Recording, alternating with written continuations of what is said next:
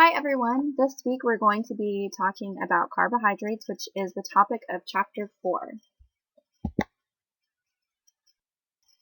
So carbohydrates are really important for the body because they serve as the main source of energy. All cells and tissues in the body require or use energy from carbohydrates, so they really are important. Particularly, carbohydrates are important for feeding the nervous system, including your brain, keeping your digestive system healthy, so keeping everything moving through the kidneys, and then for keeping your body lean. So your muscles also require energy from carbohydrates, and your heart is included as one of these muscles. It is important to note that not all carbohydrates are created equal, and we're going to be talking about all these different types of carbohydrates. But we have our digestible, meaning we can get all of the energy from them, versus our indigestible carbohydrates, meaning the body can't digest them completely for energy. And then we have complex or long chains of sugar units compared to simple or single short chain sugar units. So let's dive into how carbohydrates are made. So carbohydrates are made by photosynthesis. So think back to your high school science class about what photosynthesis is. So it's really the process by which plants are getting energy from the sun.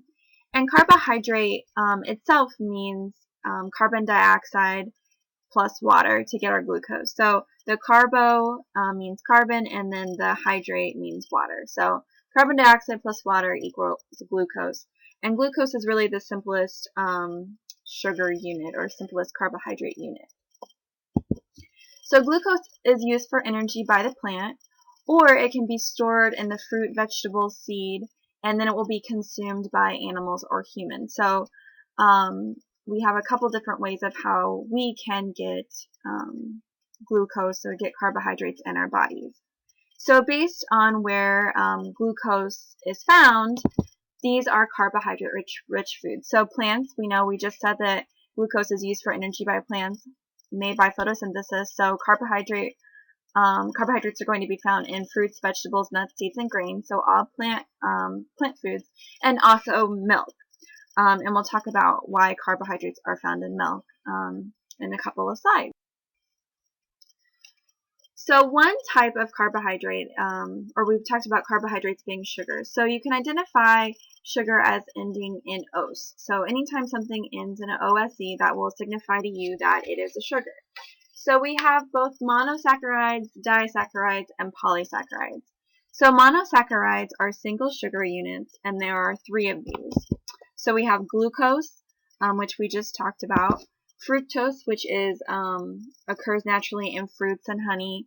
A lot of times you may have heard about high fructose corn syrup, so that would be added to maybe beverages or other products. And then we have galactose, which is found in milk sugar. Galactose is rarely found freely in foods on its own. It's usually found bound to glucose in a milk sugar, which we'll talk about in a second. So then we have our disaccharides, which are pairs of these single sugars. So the first one would be sucrose. So glucose plus fructose is going to be sucrose. So sucrose is just your normal table sugar. It could also be referred to as something like beet sugar or cane sugar. But table sugar is sucrose made by glucose and fructose combining. Maltose is glucose and glucose, and this is a malt sugar. And then we have lactose, which is made from glucose and galactose. So lactose will be found in any sort of dairy product. So if you see that a milk product or a dairy product has sugar in it, know that lactose is a naturally occurring sugar in dairy. So you shouldn't be concerned if you see that something like that does have some sugar in it. What you want to watch for is if the sugar is, if there's more than what's just coming from the lactose. So monosaccharides, again, those single sugar units, are absorbed directly into the blood, and then they're converted into glucose by the liver. Disaccharides, on the other hand, must be broken down, so they must be digested by enzymes in the small intestine. So the disaccharides need to be broken down into their respective monosaccharides, and then they can be converted to glucose in the liver as well. So starches are made up of many glucose molecules stuck together. So they're polysaccharides. So anytime we have more than 2 sugar units stuck together, That's a polysaccharide. So poly meaning many. Starches are the storage form of glucose in plants, so it's going to be found in seeds, in granules. Starch is really efficiently digested by the body. However, it doesn't digest as quickly as a simple carbohydrate. So if you have, just fructose in your apple compared to, starch in a corn, the fructose is going to break down or be digested more quickly than that starch. So they're both digested very efficiently. Just starch is digested a little bit slower. So starches are going to be found in the foods listed here. So starchy vegetables like corn, peas, potatoes, legumes, grains like rice, wheat, and bread products, and then it can also be used as a thickening agent. So things like gravies, puddings, or gummy candies will also provide some starch. So starches are not listed on the food label. So I don't know if you noticed this when you were doing your food label activity, but underneath the carbohydrates, you'll see, total carbohydrates, sugar, and fiber. But if you add your fiber and your sugars together, that doesn't always equal the total carbohydrate. So that leftover portion that's not labeled is coming from starches. So just a little fun fact tip. You can check that out next time you're looking at carbohydrates on a food label. So another polysaccharide is glycogen, and this is the storage form of glucose in animals and humans. Again, it's a polysaccharide because it's made up of highly branched chains of glucose molecules, so we can see that in the picture below. And there are really no significant food sources of glycogen. This is because it's not found in meats, because glycogen breaks down very rapidly when an animal is processed for meat. So really, glycogen is being made in the body by all that glucose that we're consuming. So our body is putting the glucose units together to make this highly branched chain. And it will be stored in the body for later energy use. Next, we have fiber, which is the structural form of glucose in plants, plant leaves, stems, and seeds. It's not digested by the body. So that means it can't be used as an energy source. So our human digestive enzymes are not able to break the chemical bonds of fiber, so we don't get all of the energy that a fibrous food would provide. So what fiber does is that it passes through our intestinal tract, picks up any sort of harmful waste, and helps us excrete these wastes naturally. It is broken down by fermentation, so certain bacteria in the large intestine can help break down the fiber, and then the fat fragments that result from this will be absorbed by the large intestine. But what you should know is that no enzymes themselves in the body break down fiber. It's really broken down by fermentation of bacteria in the large intestine.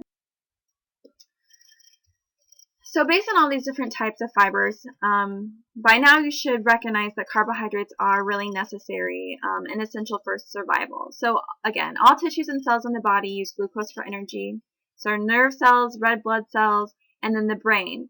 And the brain is really important because it uses 75% of the carbohydrates that you consume every single day.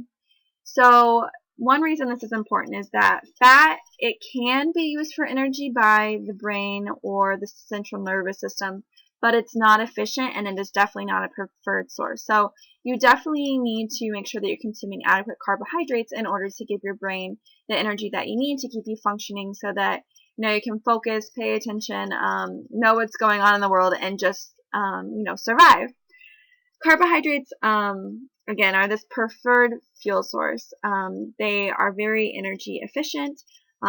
Again, fat's not the preferred fuel source for the brain, but protein is more difficult for the body to use for energy. So remember that carbohydrates and protein both provide 4 calories per gram consumed, but protein really is more difficult for the body to use for energy. So there's no advantage to increase protein intake at the expense of carbohydrates. So carbohydrates are preferred because they can be quickly broken down, they're easy to access in the body, and then complex carbohydrates, more specifically, are the preferred source of glucose in the diet, because those simple carbohydrates sometimes may be found in things that have more empty calories and are not providing extra vitamins, minerals, and other nutrients.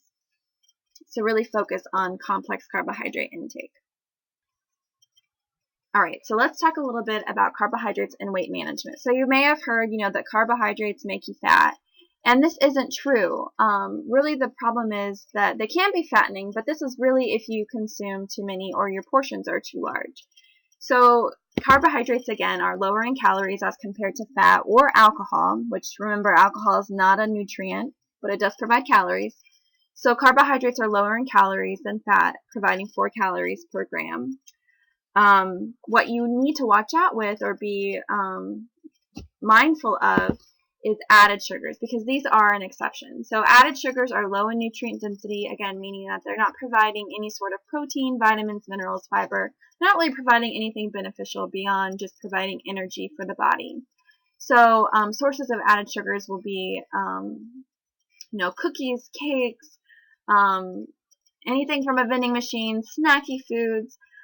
So you just want to watch added sugars. You don't have to cut these foods completely out. It's, again, just the amount that you're consuming. So the tip here is to reduce refined white flour and added sugars, because, again, they're not really adding anything beneficial to our diet.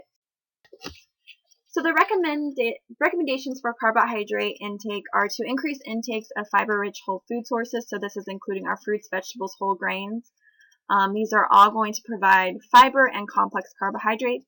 Again, we want to reduce our intakes of foods that are high in refined white flour and added sugars, because they're not adding anything to our diet other than empty calories. It's not beneficial to omit carbohydrates for weight loss because of all the important functions that they do in the body. Again, the preferred energy source every cell and tissue in the body can use and prefers to use, requires carbohydrates for energy, for functioning. So what's really important is to pay attention to portion size. So a low carbohydrate diet is not the answer for weight loss. So if you've gone on a low carbohydrate diet, you've probably lost weight while you did the diet, but one thing about a low carbohydrate diet is that it's not sustainable long term, because you need carbohydrates for energy. Again, they're the preferred energy source. So you probably lost weight due to water fluid changes, but once you added carbohydrates back in, the weight probably came back. So you do not need to omit carbohydrates for weight loss. Just really pay attention to the portion size and focus on fiber-rich foods and complex carbohydrates. So definitely take a look at Table 4.1 in your book for recommendations for overall carbohydrate intake are related to, total carbohydrate intake, whole grains, added sugars, and fiber. The dietary guidelines recommend that 45 to 65% of your calories should come from carbohydrate. That's the same as the acceptable macronutrient distribution range, the AMDR. You can see here the minimum that's recommended for to provide glucose for the brain. Again, focusing on our complex carbohydrates, increasing intakes of whole grains, reducing added sugars, and also increasing fiber intake. So this will be a helpful table as you complete your the part 2 of the dietary analysis project with regard to carbohydrates. So definitely check that out.